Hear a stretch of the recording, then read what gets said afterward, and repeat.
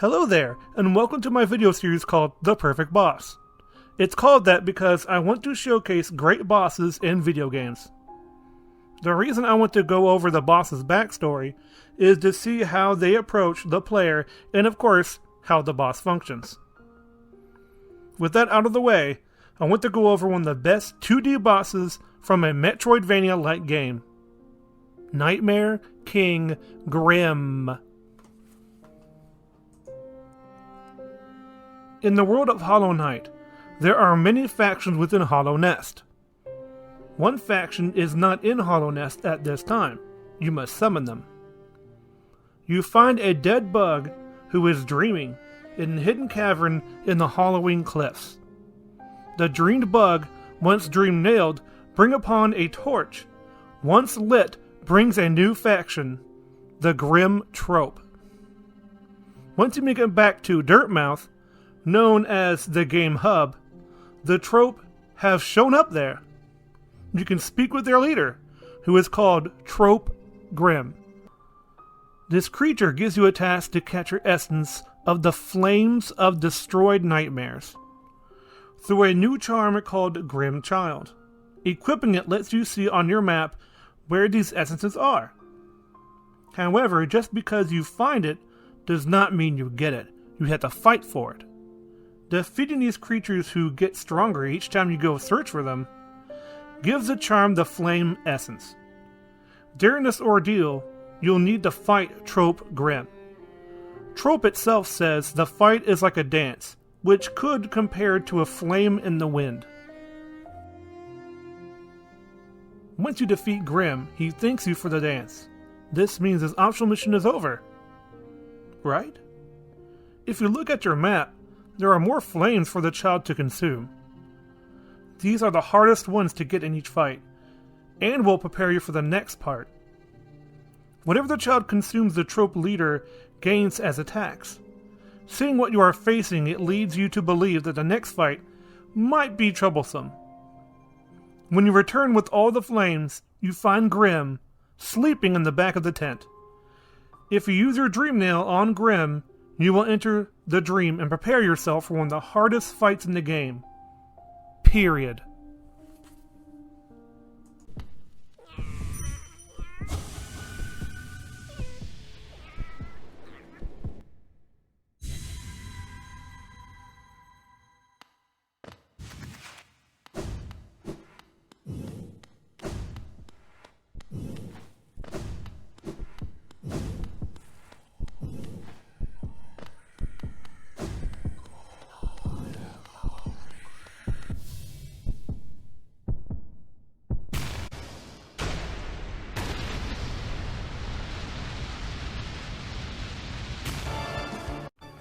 With his name appearing on the screen, which might be new to the game, Grimm starts the fight.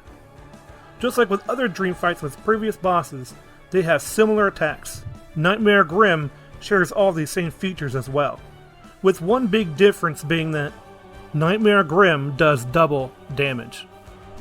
For instance, Trope Grimm launches 3 bats in a row horizontally. The bats can slightly move up and down, but are easily avoided just by jumping.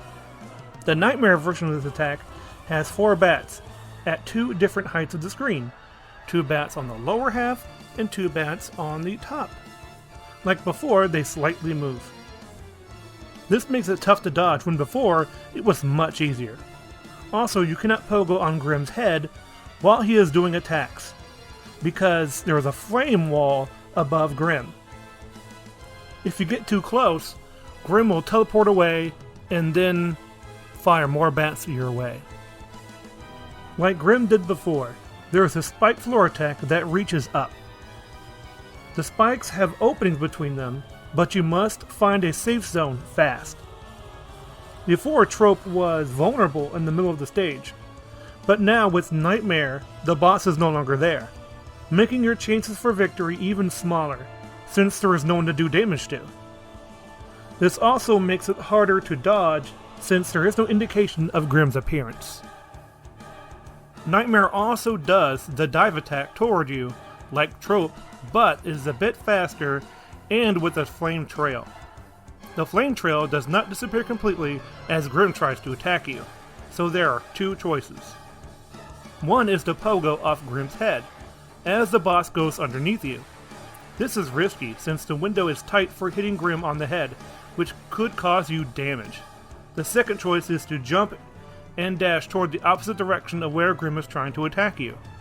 You do no damage, but you also have greater success of avoiding damage. The fastest attack Nightmare has is the uppercut, leading to the multiple fireballs that fall after the attack. The only warning you have is that Grimm will stand there, then in a flash, attack with the uppercut, flying in the air. Even the fireballs will fall faster, so in no time you have to find a safe zone. You must jump over him as Grimm dashes forward, into the uppercut. You can pogo off his head when he dashes, or during the uppercut, you can attack him as well. The only new attack is a number of flame pillars that appear from below you. There is only one at a time, but they appear 4 times. The space between flames is quick, but they come in the same time every time, making it easier to predict. A small flame is left behind on the floor after the flame pillar is done, forcing you to one side of the stage. You can damage Nightmare during this attack since the boss is just floating there in one place. The thing to do is to slowly make your way to Grimm as the flames come up. Just like with Trope Grimm, when you deal enough damage to Nightmare, the boss will turn into some sort of orb. Small circle fireballs come in the same pattern as before, but more quickly. If you have extra soul, you can damage Grimm with the Vengeful Spirit, aka Shade Soul. Since the spell can pause you in place for a moment, it should be used wisely. But these attacks seem simple to counter individually, but it's only in combination it becomes overwhelming. You don't know what attack is coming, with Grimm disappearing with every attack. That said, here are some helpful tips. The reason for detailing help is to drive home my point of Grimm being tough but fair. When Nightmare takes enough damage, the boss will turn into multiple bats, with only one being in full color. The full color one is the only one that can take damage, and since there are no attacks, this gives you a chance of getting free damage of your own. However, you can also use this time to heal yourself as well.